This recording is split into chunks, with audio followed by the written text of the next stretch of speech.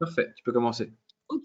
Donc moi je m'appelle Marie, je suis interne enfin là j'ai fini ma première année de MedG, je pars à Kerguelen dans une semaine en tant que médecin adjoint et j'ai fait un stage de formation en HIA. Moi j'étais à Percy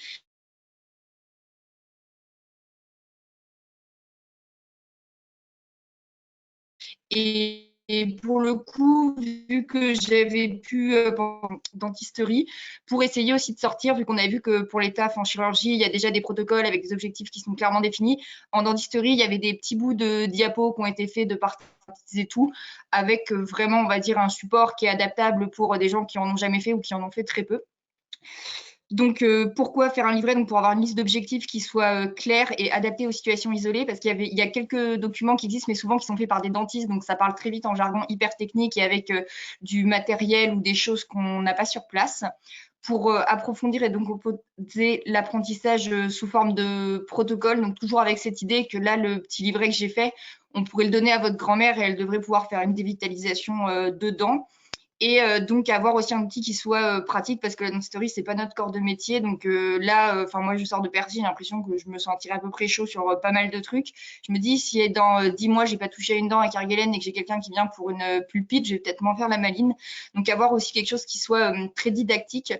Donc l'organisation du livret, donc j'ai fait une petite introduction sur la médecine en milieu isolé, les évaluations avant départ, quelques conseils de support théorique et de support que j'ai réussi à attraper, enfin qui sont des livres payants qui coûtent une fortune et que j'ai réussi à attraper en PDF pour les fournir.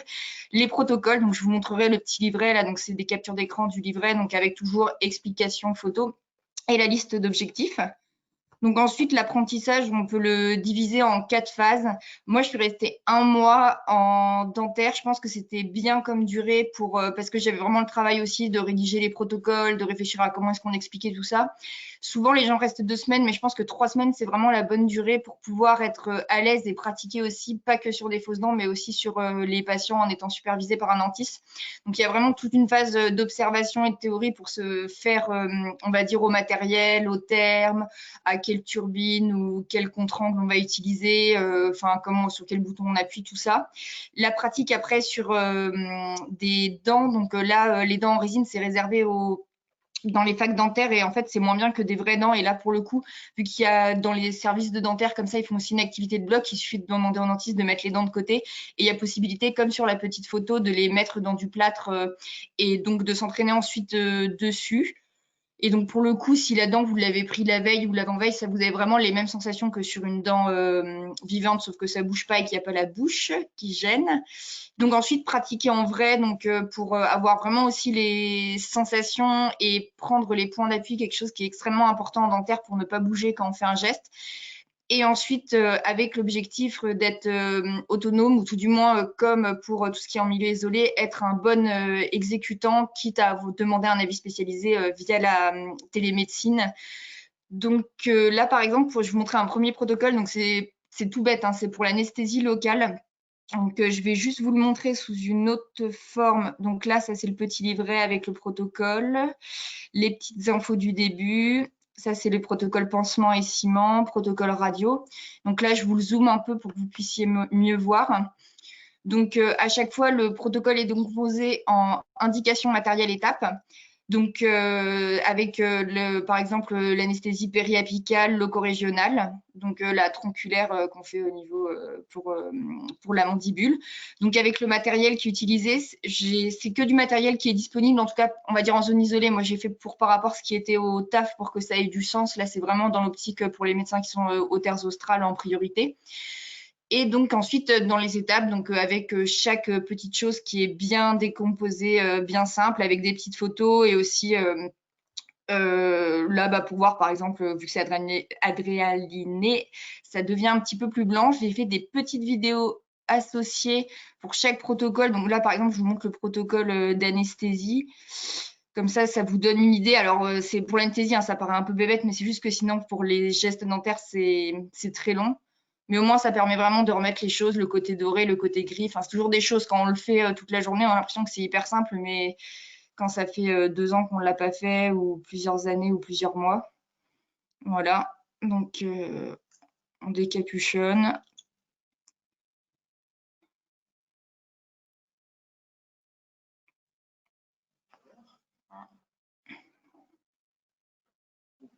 l'os sur le contact osseux. On décale vers la canine et on injecte vers la canine opposée. Voilà. Et regarde, je pile sur les pines de Spix. D'accord. Nous forçons sur à peu près 200.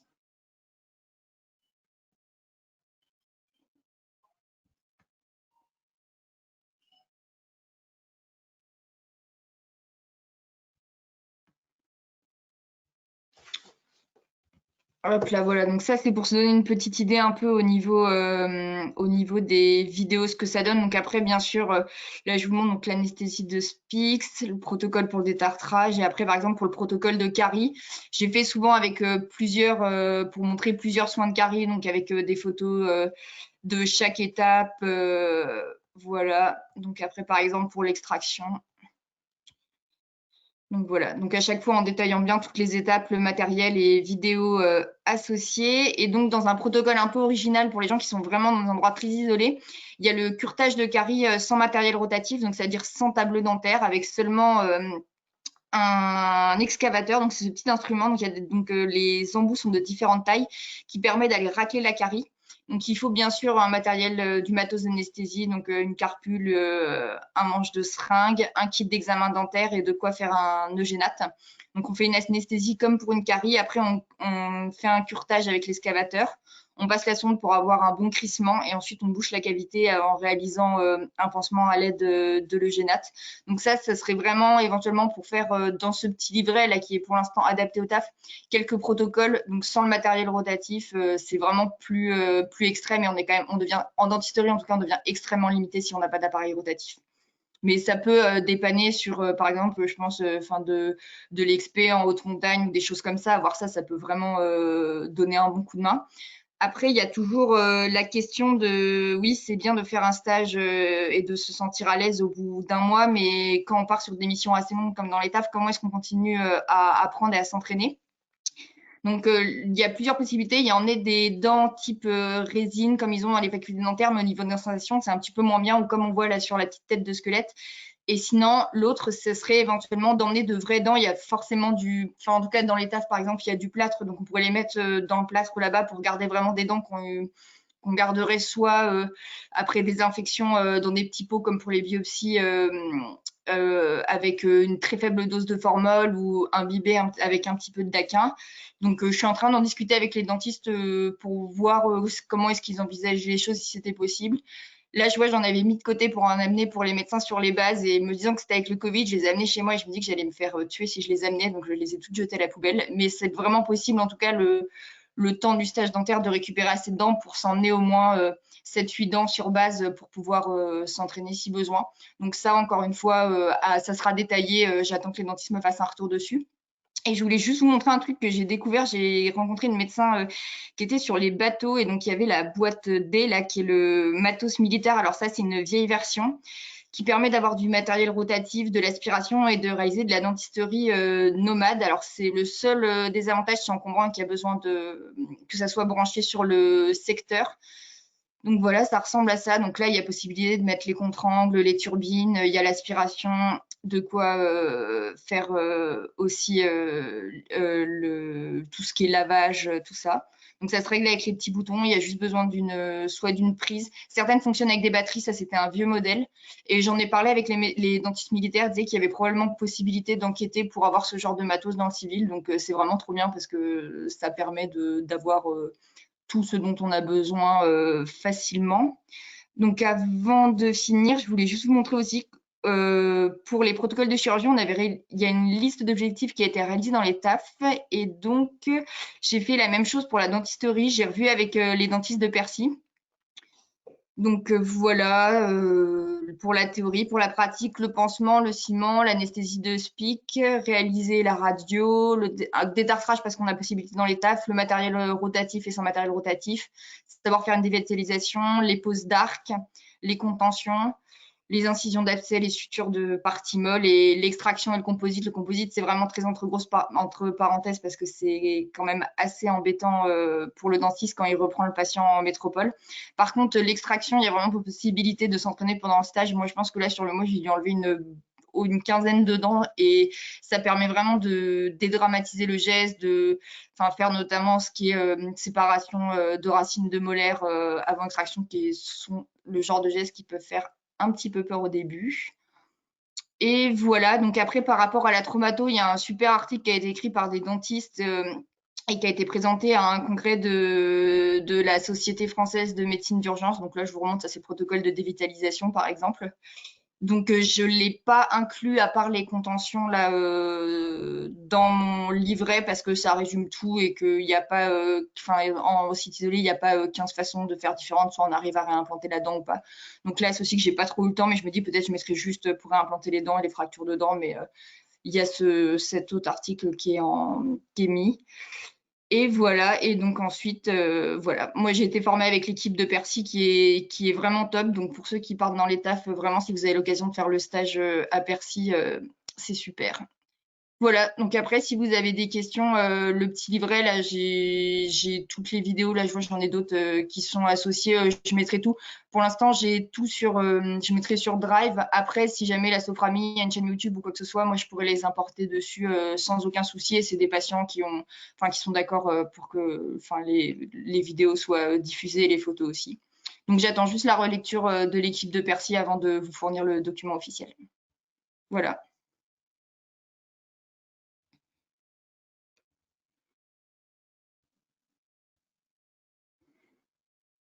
Merci beaucoup, Marie, pour cette présentation. Super présentation et super claire aussi. Donc, merci beaucoup pour ce travail. Je voulais dire que tu as accepté, Marie, que ton protocole, une fois qu'il aura été validé, qu'on puisse le diffuser aux personnes adhérant à la Soframie, ce qui fait du coup un premier document en fait qui pourra être accessible, alors ça sera envoyé probablement par mail, mais qui sera à terme accessible sur la base de données de la Soframie. Donc merci beaucoup pour cette contribution et cette présentation que tu nous as fait. C'est une problématique qu'on peut retrouver dans différents endroits. Est-ce que parmi, alors là, si vous voulez intervenir, c'est possible et vous pouvez poser des questions et on peut vous donner la parole. C'est tout à fait possible. Donc à vous la parole, si vous avez des remarques par rapport à ça, une expérience particulière dans les différents sites que vous avez exercé. Je vois une question ici de Jennifer qui dit: merci Marie, c'est un super boulot avec des supports qui sont typiquement ce qui peut être utile à partager au sein de la Soframie. Et oui, voilà. Et je voulais juste dire un truc. Ouais, attends, Paul, désolé, excuse-moi. Juste que c'est super chouette que je me suis aussi vachement inspirée des comptes rendus d'hivernage par rapport au fait, par exemple, de proposer d'introduire un schéma, vu que les panoramiques dentaires sont difficiles à inclure dans les dossiers et que souvent sur base, on les a pas. Donc ça, c'est quelque chose que j'avais pas mis dans la présentation, mais on a établi ce que font les militaires. Donc un petit schéma avec un protocole hyper simple à remplir qui permet de savoir ensuite pour n'importe quel patient quelle dent est dévitalisée, quels soins il y a eu dessus. Voilà, c'était le dernier truc que je voulais ajouter. Alors, moi, je peux prendre la parole juste pour compléter ton travail. Merci beaucoup parce que c'est un travail très synthétique et ben, je ne l'ai pas lu en détail, je le découvre en même temps que vous, mais qui sera très utile à tout le monde. Je confirme que l'équipe de Percy, avec qui on forme de nombreuses personnes depuis longtemps, fait partie des centres qui permettent d'avoir une formation vraiment de qualité. Malheureusement, tout le monde n'a pas accès à cette formation. Les TAF ont cette chance. Et on se rend compte que parfois partir sur certains sites sans formation et en découvrir un plateau dentaire en sachant pas trop quoi faire, il est utile d'avoir un guide de ce type-là. Moi, j'ai peut-être quelques remarques pour ceux qui sont dans d'autres sites que les TAF. On a eu une réflexion il n'y a pas longtemps de trop de matériel, beaucoup trop de matériel. En fait, ce qui se passait, c'est qu'on avait chaque année des gens qui étaient formés avec des gens différents et les médecins ne connaissant pas le reste du matériel, en gros, ils ne pouvaient travailler que ceux avec quoi ils avaient été formés.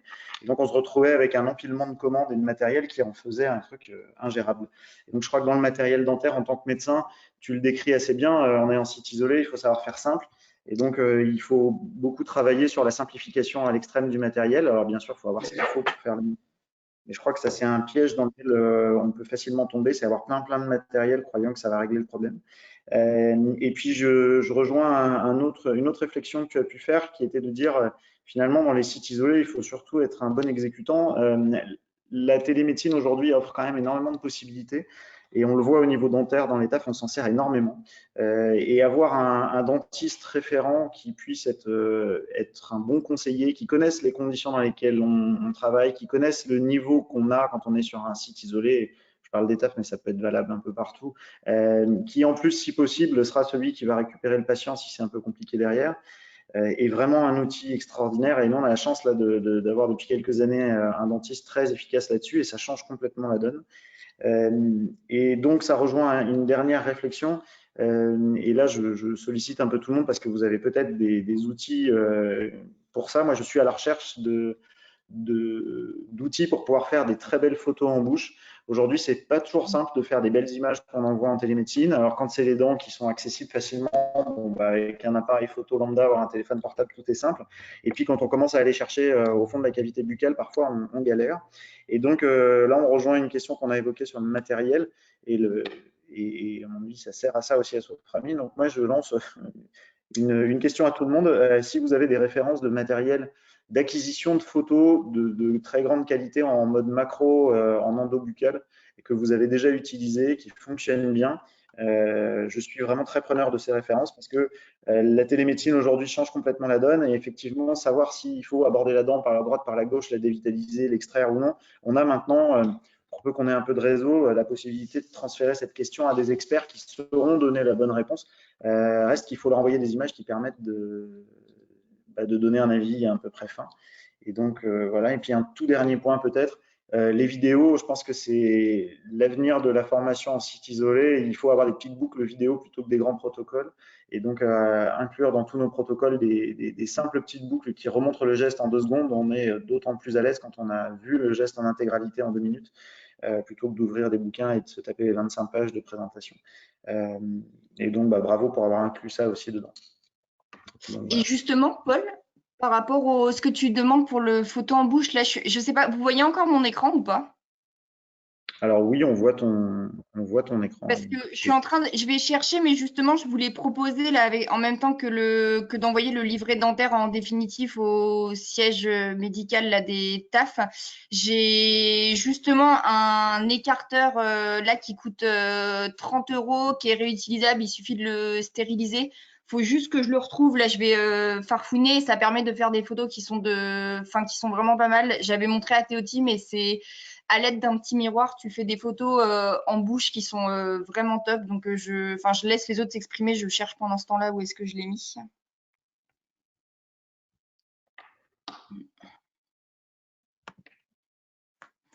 Il y a une question de Lise qui demande si en dehors des TAF, il y a moyen d'avoir une formation pour la dentisterie. Est-ce que vous avez déjà fait des formations, enfin d'autres personnes que des gens qui ont travaillé dans les TAF ont déjà fait des formations pour la dentisterie? Est-ce que ça vous a déjà été proposé? Est-ce que c'est quelque chose de manière un peu plus lointaine? Est-ce que c'est quelque chose qu'il faudrait, à votre sens, inclure dans une formation pour la Soframie?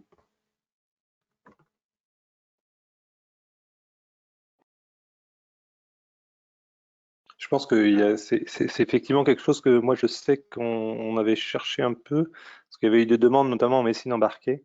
Je sais que la compagnie Ponant cherchait à trouver des petites formations pour les médecins pour ce genre de choses et ça a l'air d'être assez compliqué.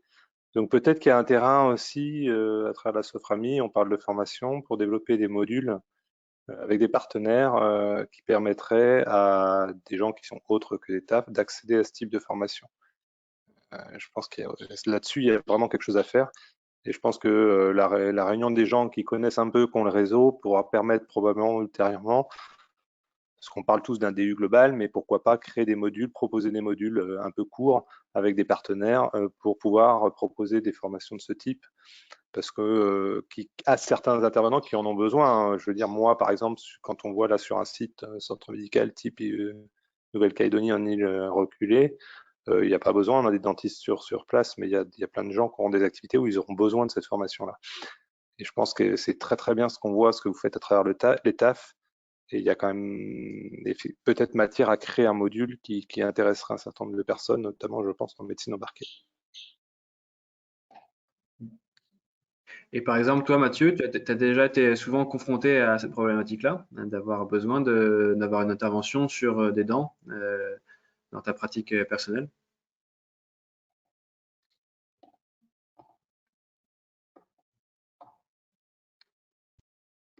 Et j'avais jamais été formé. Donc c'est galère de faire quelque chose quand on a eu aucune formation. J'avais bidouillé avec ce que j'avais pour essayer effectivement de rendre la dent non coupante, enfin non blessante, parce que c'était surtout ça, hein, je n'étais pas capable de réparer. Et c'était juste un petit plâtre qui permettait d'éviter que ça gêne la personne. Pour l'envoyer, ça c'était en médecine embarquée, hein, pour l'envoyer voir un dentiste à la prochaine escale. Effectivement, j'ai été mauvais. Ça s'invente pas et je pense que c'est quelque chose qu'il faut apprendre à manier pour pouvoir rendre un service de qualité, hein, même si c'est du provisoire, hein. Moi, c'était vraiment que du provisoire. Mais j'avais une petite palette, de la pâte que j'avais jamais vue, et j'ai fait de la maçonnerie, micro-maçonnerie à un niveau médiocre.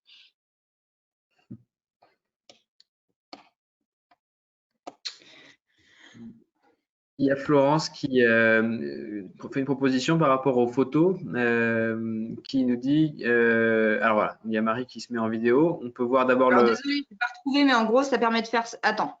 Ouais. Voilà, donc c'est un écarteur qui permet d'avoir une photo classique avec un appareil photo classique, mais qui permet de voir complètement toutes les dents. Ouais, vraiment avec un truc basico-basique, quoi.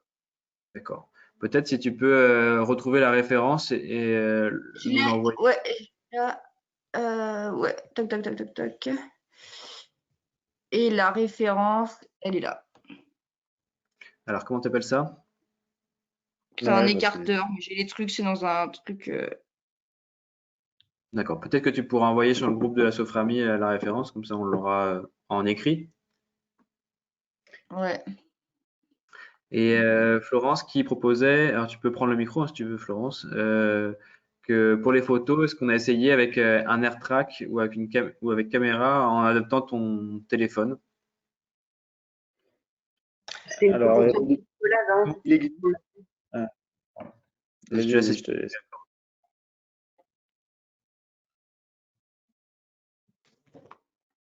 Alors, désolé, je vais prendre la parole. Il existe des systèmes qui sont vendus par des sociétés de. Alors, c'est principalement les examens ORL qui se font avec ça. Il existe des systèmes macro qui se mettent sur les iPhones aujourd'hui et où, avec certains embouts, on peut aller faire des photos de tympan, aller faire des photos de différentes en endobuccal. C'est le truc, c'est que j'ai pas vu ça en fait. C'est pour l'instant sur les tympans, j'ai pu le voir.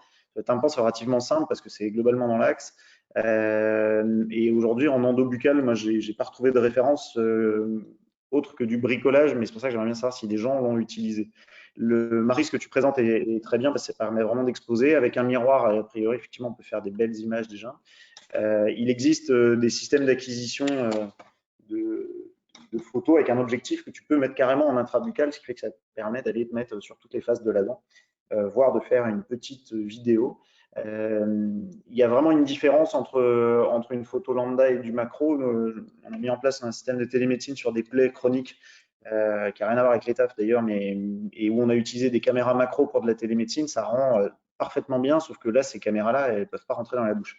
Donc c'est pour ça que si certains l'ont utilisé, je reste preneur des références, mais de base, l'écarteur que tu nous as montré est très simple pour faire des belles images. Je voudrais juste revenir un peu plus sur ce que tu as évoqué sur la version minimaliste de la dentisterie.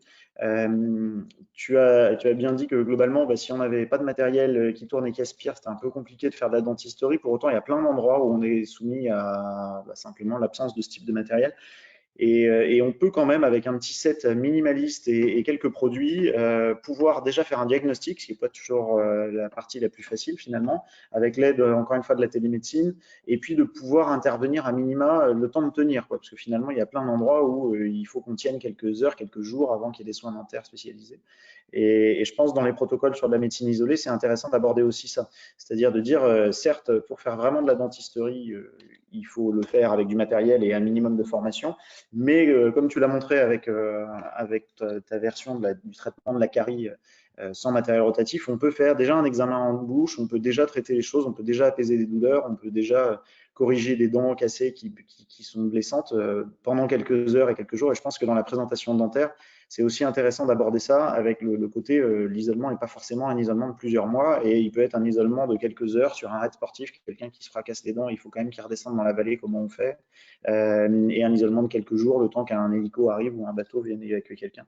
Donc je pense que c'est intéressant de aussi envisager vraiment la version minimaliste. Et encore une fois, l'aide d'un dentiste à l'extérieur va vous sauver de beaucoup de mauvaises décisions.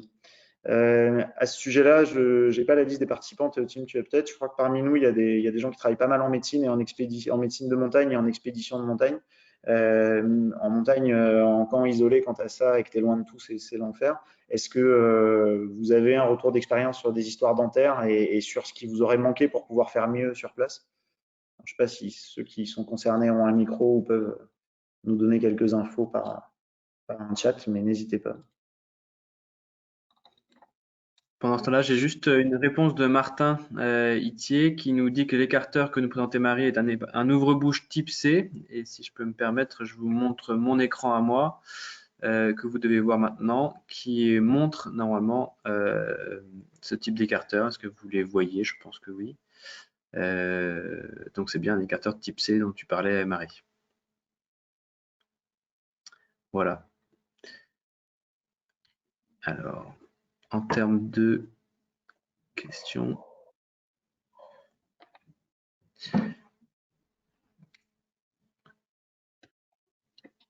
Alors, par rapport à la question sur la montagne, pour l'instant, on n'a pas de réponse. Si je peux me permettre pour rebondir sur ta question, Paul, et puis en fait sur toutes les questions qui viennent d'être posées, c'est Julien Cartier là qui parle. Je trouve que effectivement la formation qui est dispensée par les TAF, elle est d'une richesse incroyable, et en tout cas ce que tu as fait, Marie, félicitations. Moi, de mon temps, entre guillemets, j'avais fait ça sur un pauvre papier, et j'ai toujours gardé mes notes de dentisterie. Et les TAF donnent l'occasion de bosser de la dentisterie dans des bonnes conditions, parce qu'effectivement, on a le fauteuil dentaire, on a du rotatif, donc on peut faire des belles choses.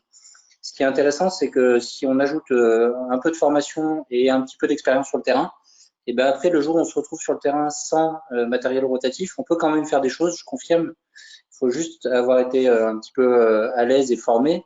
Mais on peut ouvrir une pulpite, par exemple, avec un trocard rose ou vert, simplement par un mouvement de rotation.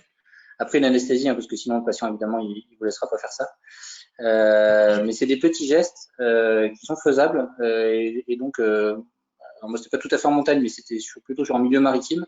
C'est des choses que j'ai pu faire. J'avais pas d'anesthésie dentaire, mais j'ai fait avec de l'axilo de base. J'ai fait avec une aiguille que j'avais, la plus petite que j'avais. Enfin, on peut bricoler des choses, y compris quand on n'a pas de rotatif. Et le patient vous dit merci quelques minutes après. Et en gros, ça se résume à avoir de l'eugénate, de l'oxyde de zinc et puis après quelques petits appareils pour bricoler. Mais voilà, tout ça pour dire que cette formation dispensée par l'État, elle est super. Et le jour où avec le Soframi, on peut organiser, comme disait Mathieu, un séminaire avec des partenaires, peut-être sur un format de 1 ou 2 journées, je suis sûr qu'on aura du monde qui sera intéressé, et puis que ça servira. Pour finir, lors de mon hivernage, sur 400 consultations réalisées pendant l'hivernage, 33 de mémoire étaient des consultations dentaires pour des vrais soins dentaires. Je compte pas les soins de dépistage. Et c'était mon deuxième poste de consultation. Alors après, c'est sûr, au plus on est formé, au plus on est à l'aise, au plus on en fait. Mais c'est un vrai sujet de la médecine isolée, et avec une formation pas si poussée que ça, on arrive à faire des choses utiles pour les patients. Je pense que la Soframi a vraiment quelque chose à faire de ce côté-là.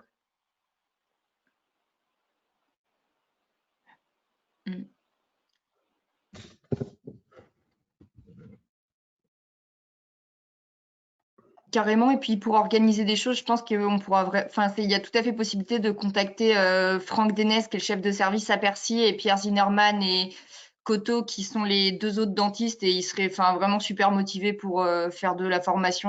Je pense qu'on pourrait tout à fait aller enquêter chez eux pour envisager des journées thématiques ou quoi que ce soit. Moi vraiment, ils ont relu, ils sont en train de relire le truc, on a pris des heures en dehors du boulot pour regarder le livret, donc et je suis tout à fait d'accord avec Paul, justement. En fait, j'ai regardé aussi tout le matos qui est disponible dans les TAF actuellement. Et il y a par exemple plein de choses comme le fait de faire un composite ou non, c'est un peu un débat à avoir. En vrai, le composite, si on est très à l'aise et qu'on se sent un peu l'âme à réparer un bout de dent, quoi que ce soit, on peut le faire. Mais par exemple, sur une carie, ça va beaucoup plus emmerder le dentiste que si on met un eugénate, comme disait, comme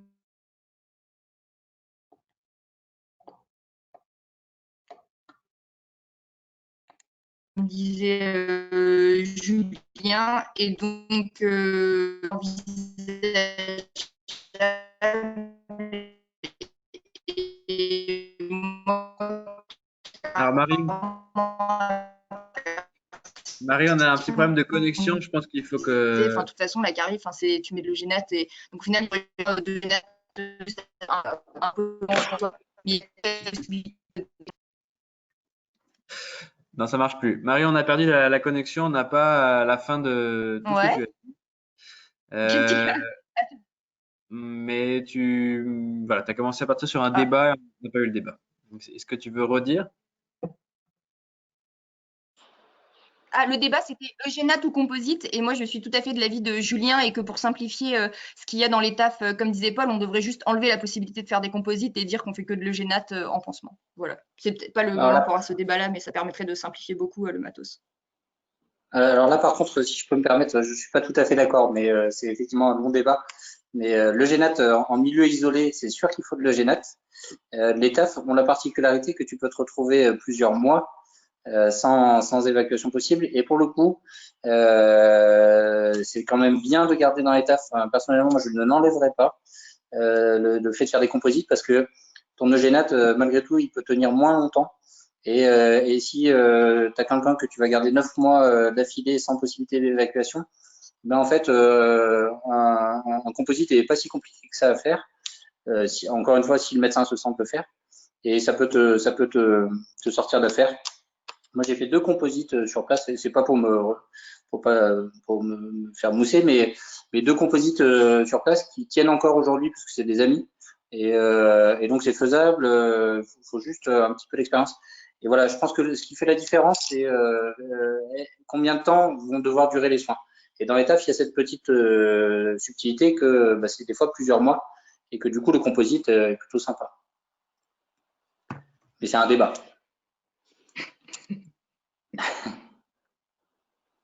Ok, merci. Alors juste, je sais pas si tout le monde a accès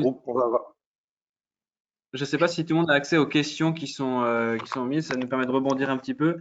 Il y a Martin qui partage. Alors je vais partager mon écran pour que vous puissiez le voir. Un outil pour les tympans. On en a parlé tout à l'heure. Donc normalement vous voyez mon écran. J'ai toutes les qui sont là.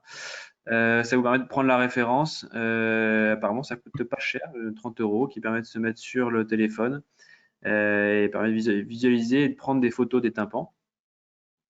Et puis, autre question qui nous permet d'avoir une interaction, c'est Laurent Bonardo qui nous dit qu'un autre contact utile, alors pour toi Marie peut-être, qui au niveau dentiste, c'est le référent du British Antarctic en termes de formation et de suivi distance. Peut-être que ça peut avoir le coup de se mettre en relation avec pour comparer justement l'information et les suivis qui se font avec, j'imagine, du coup, les Anglais vis-à-vis de tout ça.